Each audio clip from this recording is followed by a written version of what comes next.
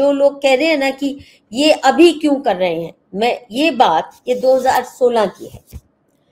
एक बहुत अक्षम्य काम किया उस वक्त मोदी जी ने, जिस वक्त मैंने बहुत से ट्वीट्स किए और यही शब्द इस्तेमाल किए, this is unforgivable Modi ji. वो क्या, एसजीपीसी एक्ट अमेंड करवाया, जो मिलिटेंट अकालियों के कहने पर, जिसमें सहजधारियों को एसजीपी से पीसी से निष्कासित किया गया, जिसका मतलब सहजधारी वो जो गुरुओं में तो विश्वास करते हैं लेकिन बियर्ड नहीं रखते, दाढ़ी नहीं रखते, मुझे मुंडवा लेते हैं, या केश नहीं रखते, या जो ऊपर के सिंबल्स होते हैं वो नहीं रखते। और ये जो सहजदारी कम्युनिटी रही है, ये हिंदू समाज, सनातन धर्म और सिख पंथ के बीच में ब्रिज का काम करती रही। तो एक तरफ जो अपने आप को कट्टर सिख मांगते हैं और दूसरी तरफ सनातनी हिंदू, और जो सहजधारी सिख, एक ही परिवार में सहजधारी भी हो सकता है और केशधारी भी हो सकता है। इन सबको एक झटके में करीब 70 लाख लोगों का voting right and right to be members of SGPC काट दिया गया, कटवा दिया गया, ताकि ये खालिस्तानी माफिया जो है गुरुद्वारों पे कब्जा अपना और कड़ा और मजबूत कर ले। ये कुछ छोटा मोटा अपराध नहीं था। और आप नतीजा आप देख रहे हैं किस तेजी से, जब केपीएस गिल ने पूरी तरह क्रश किया था खालिस्तानी टेररिज्म, उसके बाद पिछले कुछ वर्षों में जिस तेजी से बढ़ा है ये खालिस्तानी माहौल, टेररिज्म, और आम आदमी पार्टी की जीत उन्हीं के गठबंधन से जुड़ी हुई है, तो ये क्या अक्षम्य नहीं माना जाएगा? अपनी क्यों कट्टरवाद और टेररिस्ट खालिस्तानीज को ये डिक्टेट करवाने दिया आपको एसजीपीसी का अमेंडमेंट?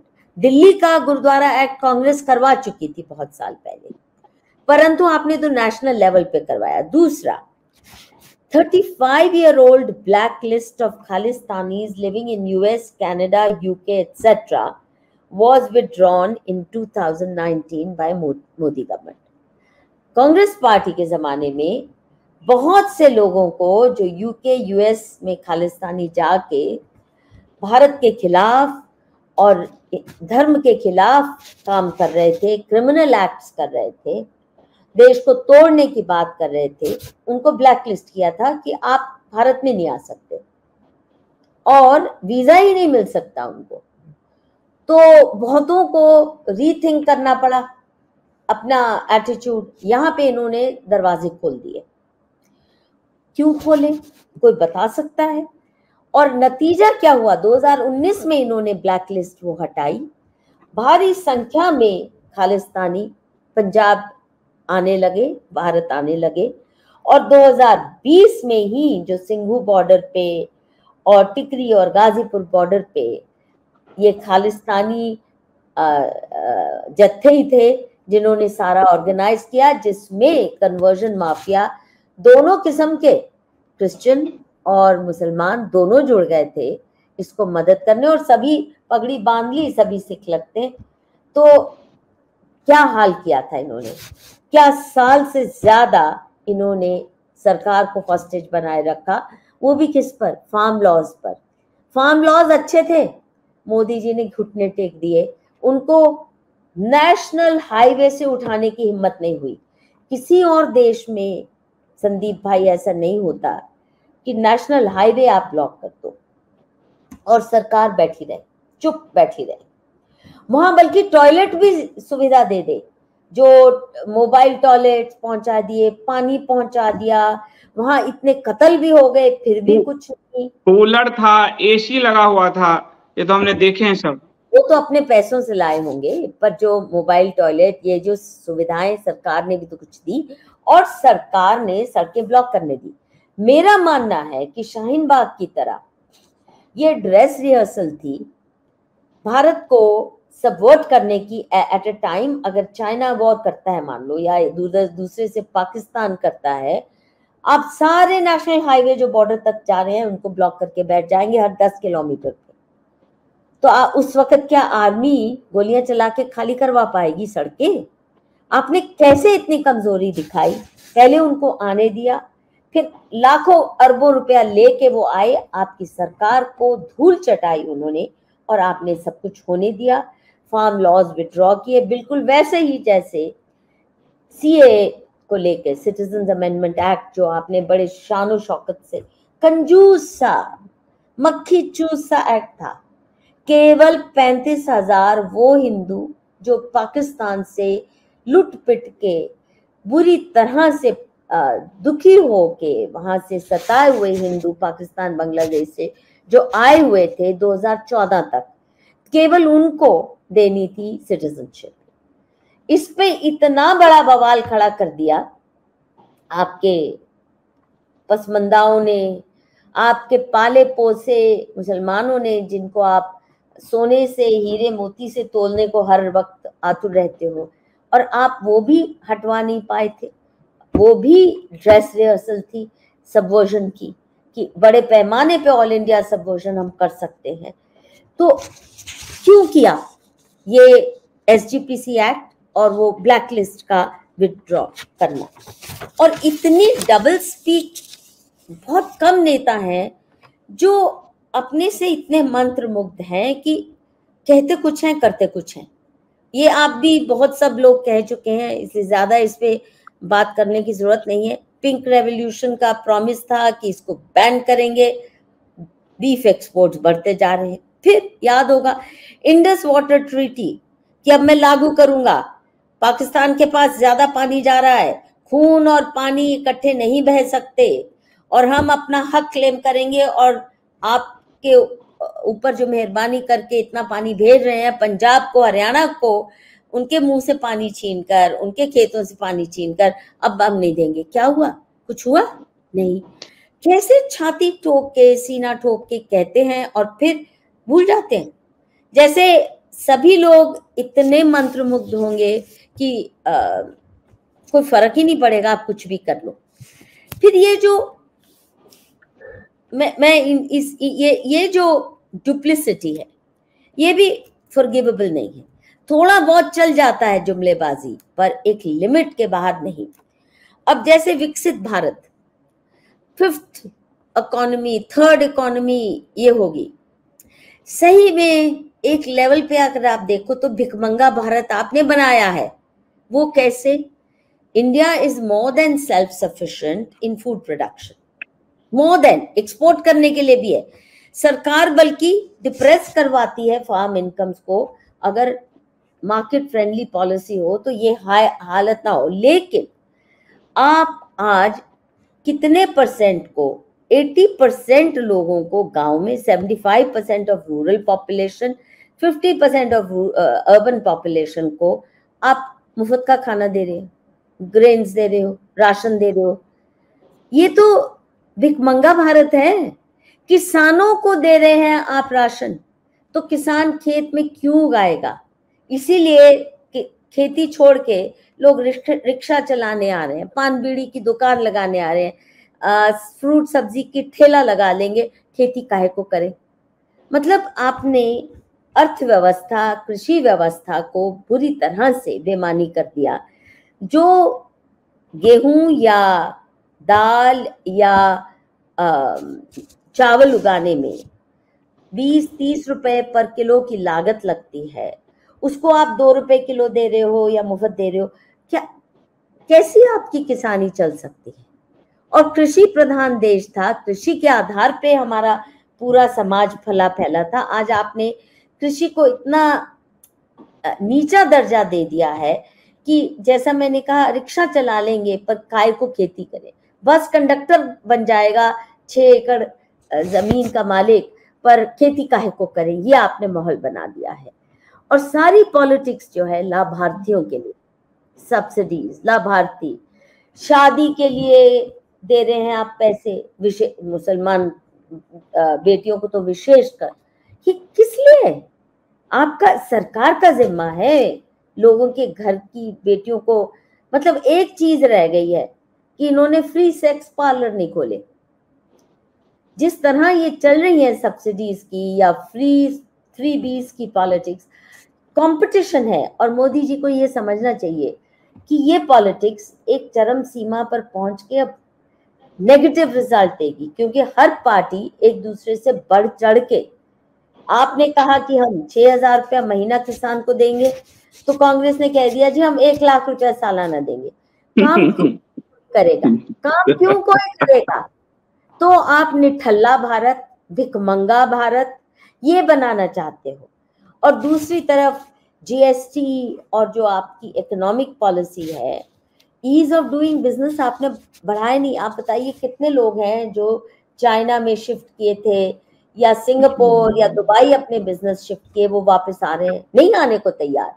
बल्कि जिस तेजी से जो मिडिल क्लास भी बाहर जाना चाहती है, वो कम होना चाहिए था अगर आपकी पॉलिसीज देश को अग्रसर बना रही होती।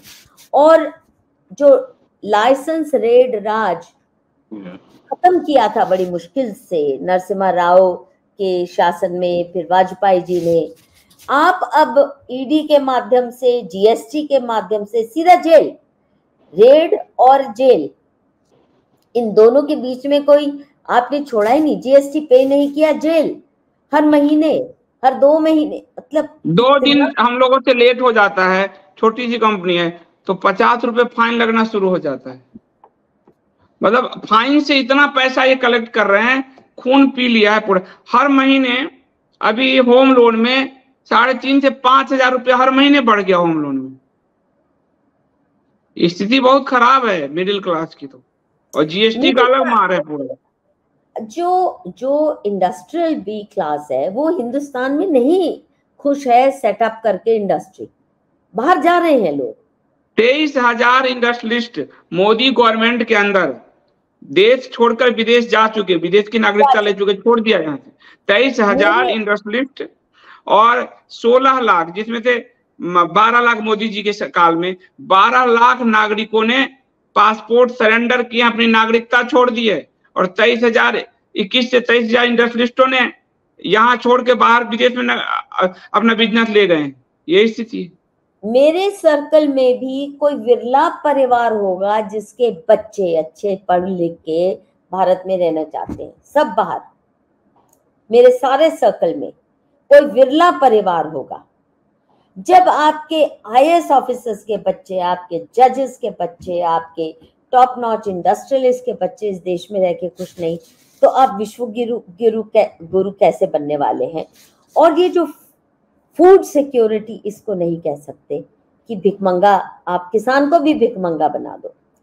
फिर एजुकेशन के बारे में ये पुराना एक तरीका है कि जब जनता को भिखारी बना दे, वो सवाल ना पूछ पाए, रोजी रोटी में रहे, तो फिर वो शासक को हटा नहीं सकता, फिर शासक मनमानी करे, जनता तो अपनी रोटी में ही लगी हुई है।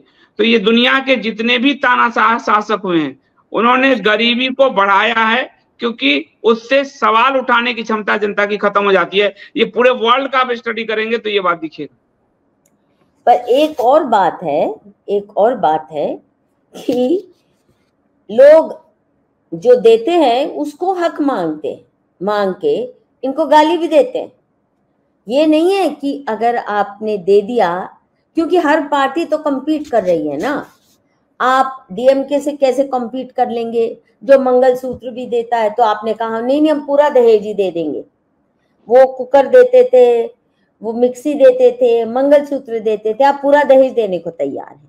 उसके बाद कोई आएगा, नहीं हम दूल्हे के घर में पूरा फर्निश भी करके देते। मतलब इस तरह एक से एक मूर्ख पार्टी इंटर रिलीजन मैरिज अगर करेंगे, इंटर रिलीजन मुस्लिम हिंदू, तो 51,000 रुपया 50,000 रुपया दे रही है योगी सरकार।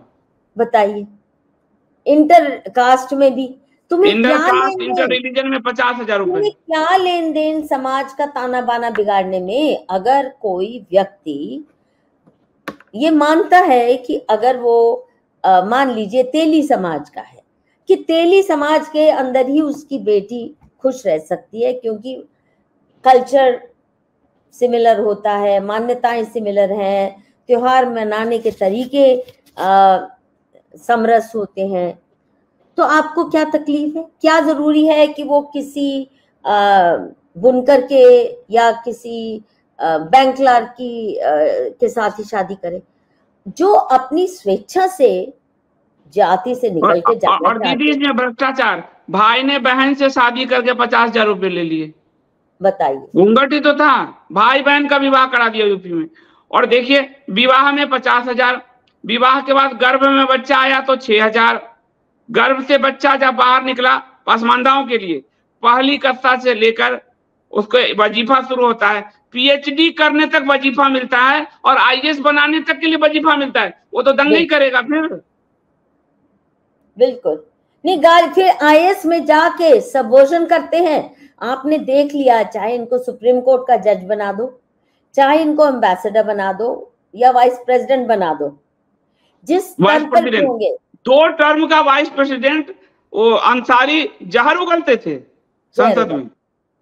सिर्फ वो नहीं, उन्होंने जब उनकी पोस्टिंग थी तब आपको मालूम है ना कि जो इंडियन इंटेलिजेंस ऑपरेशंस होते थे उनको कॉम्प्रोमाइज करके कितने लोगों की रॉ पूरा ईरान में रॉ का पूरा नेटवर्क खराब कर खत्म कर दिया। जी बिल्कुल। तो ये होते हुए आप तो उनको फौज में भी भर्ती कर रहे हैं। अच्छा, अब विश्व गुरु शिक्षा के क्षेत्र में नहीं, विश्व कुली बन रहे हैं। हमारा कोई स्टेटस नहीं है हमारे बच्चों का। आर्टिफिशियल इंटेलिजेंस के युग में हमारे बच्चे 4 सेंटेंसेस बीए एमए पढ़ने के बाद 4 सेंटेंसेस सही ग्रामेटिकली करेक्ट किसी भाषा में नहीं लिख पाते।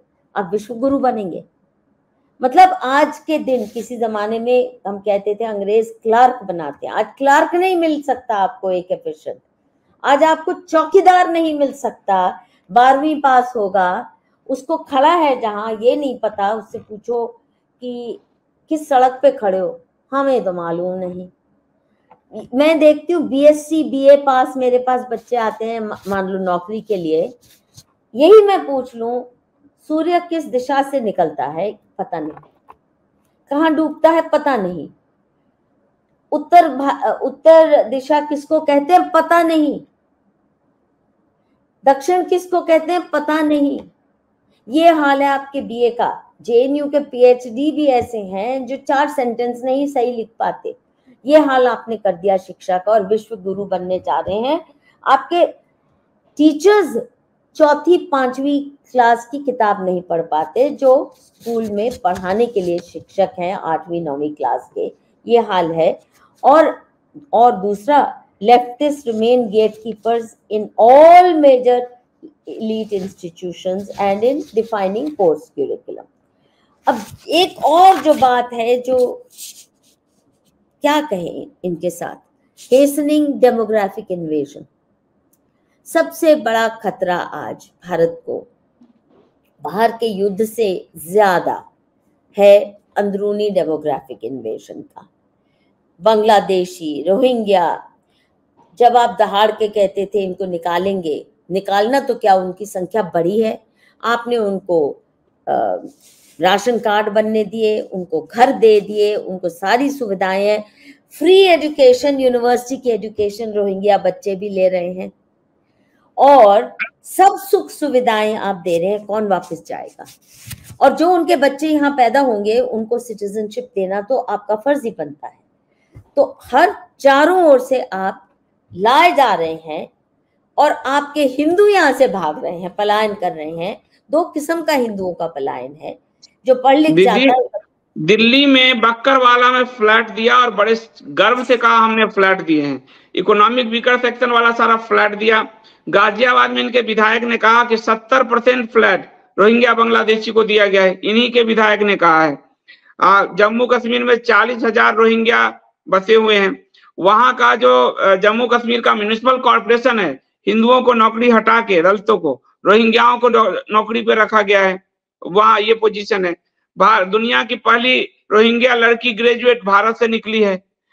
पूरे जो यूपीए है 2005 से 2013 तक करीब 80,000 घुसपैठियों को उसने बाहर निकाला है यूपीए शासन में। मनमोहन सिंह जिसको हम लोग गूंगा कहते थे, और 14 से अभी तक इनका रिकॉर्ड 2,500 है। और ये नारा पीट कर आए थे 2,500 गए और 2.5 लाख आ गए होंगे। नहीं, हाँ वही इनका नारा वही है। बांग्लादेशी, जो बांग्लादेश की प्राइम मिनिस्टर है, वो रोहिंग्याओं को नहीं रख रही है, ये यहाँ घर बसा रहे हैं उसके। दूसरा, एक तरफ ये हाल है, दूसरी तरफ जो हिंदू रेफ्यूजी आए हैं, संदीप भैया, उनके रेफ्यूजी कैंप में जाके देखो, पाकिस्तान के और बांग्लादेश के रेफ्यूजी, शर्मसार हो जाता है। लानत लगती है भारत सरकार और मोदी सरकार पर। मैंने तो रिपोर्ट भी दी थी अर्बन मिनिस्ट्री को किसी जमाने में, ये देखिए ये हाल है। This is very bad publicity for India and for Modi government. कुछ नहीं, उनको स्लम से भी बदतर हालत में कोई रह रहा है तो वो हिंदू रेफ्यूजी जो पाकिस्तान या बांग्लादेश से आए हैं। और उसके ठीक बगल में ये मजनू का टीला में मैं तो रिपोर्टिंग किया हूँ, बांग्लादेशी ठहर रहे, वहां बिजली है, पानी है, और हिंदुओं के पास ना बिजली है ना पानी। और हाईकोर्ट में कहा मोदी सरकार ने कि हम ये लायबिलिटीज नहीं रख सकते जी। हाँ, हाईकोर्ट में कहा है। और कितनों को वापस जाना पड़ा, क्योंकि यहाँ वो काम भी नहीं कर सकते, कोई उनको काम भी नहीं कर सकते, लिए भी नहीं रखेगा अगर सिटीजनशिप राइट नहीं दिए। वो सीए आपने क्यों इतना बवाल मचवाया अगर करना नहीं था? एक तो ये इजराइल की तरह तो आपने ये नहीं कहा ना कि कहीं भी परसिक्यूटेड हिंदू आ सकता है, क्योंकि हर जगह आज अमेरिका में भी हमारे जो हाईटेक जॉब्स में है हिंदुओं को वहां अब इतने खतरे में डाल दिया है, वहां पे भी घेर लिया इस्लामियों ने। और कास्ट को लेकर, ये वो को लेकर उनको भी हो सकता है शरण लेनी पड़े किसी दिन, जैसे युगांडा से आना पड़ा था। तो आप ये तो कहने की हिम्मत नहीं कर सके कि हिंदू कहीं से भी आ जाए। आपने ये जरूर कह दिया क्रिश्चियंस को भी देंगे, फारसी उन्होंने मांगा, क्रिश्चियंस के पास दर्जनों देश हैं जाने को। आप 35,000 हिंदुओं को उनके नाम पर देने की हिम्मत नहीं हुई, साथ में क्रिश्चियन जोड़ा, साथ में पारसी जोड़ा जिन्होंने मांगा भी नहीं था। तो और उनकी हालत वो है कि रोना आता है और मतलब माथा पीटता है इंसान कि कर क्या रहे हैं ये सरकार। फिर कश्मीर पर आप खुद ही देख रहे हैं, डेमोग्राफिक इन्वेजन सबसे ज्यादा तो खतरा है ही हमारे हिमालयन रेंजेस पे, कश्मीर में। और कथुआ कांड जिसपे मैंने पूरी किताब लिख डाली, वो एक डेमोग्राफिक इन्वेजन का जम्मू प्रोविंस की एक हथियार था, क्योंकि जम्मू प्रोविंस में 8 में से 5 डिस्ट्रिक्ट पूरी तरह मुस्लिम मेजॉरिटी कश्मीर के तर्ज पर बन चुके हैं। वहां टारगेटेड किलिंग हिंदुओं की हो रही है, हिंदुओं का वहां से पलायन हो रहा है। 3 बेचारे बचे थे, कथुआ, उधमपुर और सांबा। वहां भी आपने ये कथुआ कांड करके बिल्कुल निर्दोष हिंदुओं को फांसी के तख्ते तक पहुंचा दिया। महबूबा मुफ्ती जो कि पाकिस्तान के इशारे पे ये सारा कांड किए और खुद मरवाई है, मेरी बुक में मैं सिद्ध करती हूँ कि खुद मरवाई है, उसके पेरेंट्स की मिली भगत से उस लड़की को मारा गया। और आपने मासूम हिंदुओं को जेल में केवल भर्ती नहीं किया, पर आपने कहा ये मंदिरों में। और महबूबा के साथ इनकी सरकार चल रही थी, मिली जुली सरकार, बिल्कुल। और उस वक्त जम्मू के हिंदुओं ने केवल एक मांग की थी, वहां का बार एसोसिएशन, 50-50 हजार की डेमोन्स्ट्रेशंस हुई। लाल सिंह जो इनका ही मिनिस्टर था उसने लीड की केवल एक मांग के साथ, सीबीआई की इंक्वायरी करवा लो, ये झूठा केस है, हिंदुओं को कथुआ डिस्ट्रिक्ट में हिंदू विहीन करना है, इस डिस्ट्रिक्ट को यहां से निकालना है, इसलिए रेड हो रहे हैं। सैकड़ों हजारों की संख्या में हमारे बच्चे अरेस्ट किए जा रहे हैं इस बच्ची की हत्या का नाम लेकर, जो मैं कहती हूँ दावे के साथ महबूबा मुफ्ती की देख रेख में वो लड़की को मरवाया गया, उसके नकली परिवार की मिली भगत से, उसके असली पेरेंट्स भी नहीं थे। और उसके तहत वहां से पलायन कथुआ डिस्ट्रिक्ट से भी शुरू हो गया जो बॉर्डर डिस्ट्रिक्ट है। और आप जो बात कहते हैं रोहिंग्या की 40,000 से ज्यादा ही होंगे, सबसे बड़ी बात है जम्मू प्रोविंस में आर्मी बेसिस के आसपास सारे रोहिंग्या बांग्लादेशी बस्तियां हैं, वहां से रिपीटेड टेरर अटैक्स हुए हैं। आर्मी ने दर्जनों बार हाथ जोड़े हैं कि कृपया हमें तो सेफ रहने दीजिए, अगर हमने देश को सुरक्षित रखना है। एक भी वहां से बांग्लादेशी या रोहिंग्या नहीं हटाया गया। उन्होंने घेर रखा है आर्मी बेसिस को भी। और जम्मू जो कि मंदिरों का शहर होता था, आज मस्जिदों का शहर बन चुका है। सो डेमोग्राफिक इन्वेजन दिल्ली में आप देख रहे हैं, लोग पलायन कर रहे हैं बहुत से ऐसे एरियाज में जहां मिनी पाकिस्तान बनते जा रहे हैं। देश भर में, मेवात में हमने देख लिया, और कश्मीर में 370 हटा दिया 35 से। आप भी मैं भी बहुत खुश हुए थे, पर उसको यू टर्न कितने हैं? नंबर 1 कश्मीर वैली को, ठीक है वहां पत्थर नहीं चलते, क्यों? क्योंकि आपने अरब देशों का कैपिटल वहां लिया है। वहां लुलु मॉल, इन्वेस्टमेंट्स कहां से आ रहे हैं? इस्लामी देशों से। क्यों? यहाँ का कोई नहीं जाने को वहां राजी, या जाने के लिए माहौल नहीं आपने बनाया। तो आप उस वैली को एक्सटेंशन बना रहे हैं इस्लामिक उम्मा का, ताकि वो जुड़ाव उससे महसूस करे। तो ना तो कश्मीर में सैनिक कॉलोनी बनी, ना एक पंडित वापस अपना घर जा सका, बल्कि जो 1500, 2000, 2500 बेचारे गए थे छोटी मोटी नौकरियों के लालच में, जो मनमोहन सिंह सरकार ने उनके लिए अरेंज की थी, छोटी सी पंडित एन्क्लेव, वहां से भी निकल के आए क्योंकि टारगेटेड किलिंग्स हो रही हैं। और कश्मीर को पेरिस बनाना है, अबू धाबी बनाना है, दुबई बनाना है, श्रीनगर, जम्मू को नहीं। और यहाँ से टूरिज्म इतना प्रमोट करना है, यानी भारत का पैसा जाके हम लुटा के आए उनपे। अभी इन्होंने कहा, जब रिलायंस ने अपने बेटे के अंबानी ने शादी में बहुत खर्चा किया, तो इन्होंने एक टोंट मारा कि यहाँ अनाप शनाप शादी का खर्चा है, आप जो है डेस्टिनेशन वेडिंग जो है कश्मीर घाटी में करिए, कश्मीर घाटी में पैसा आएगा, रोजगार आएगा। हिंदू अपनी बेटियों को और बेटा का विवाह जाके कश्मीर में करे, घाटी में करे, उनका पेट पालने के लिए। ये भाषण दिया इन्होंने। बताइए। अच्छा, वो मजदूरी करने कोई जाता है हिंदू तो उसको मारते हैं, टारगेटेड किलिंग आज भी कर रहे हैं। टूरिस्ट आओ, क्योंकि पैसे लुटाने के लिए जाते हैं टूरिस्ट को नहीं गोली मारते, बहुत स्मार्ट है, पैसा चाहिए भारत का, और मोदी जी उसको फैसिलिटेट कर रहे हैं। जम्मू को ग्लैमराइज नहीं किया। जम्मू में इतने सुंदर हिल स्टेशंस हैं, इतने सुंदर एरियाज हैं जम्मू प्रोविंस में, कश्मीर घाटी से सुंदर है, कम नहीं है, परंतु कोई प्रमोशन नहीं है वहां की, है तो केवल वैली की, और लुटा रहे हैं। और हालत देखिए, ये मुझे बताइए संदीप जी, इन्होंने एनसी के नेताओं को, पीडीपी के नेताओं को जेल में रखा, बंद रखा, हाउस अरेस्ट किया, क्योंकि उनको नेशनल सिक्योरिटी रिस्क माना। अब वही वापस आ गए चुनाव लड़ने, और बीजेपी की हिम्मत नहीं कि 3 कैंडिडेट एमपी चुनाव के वैली से खड़ा करते।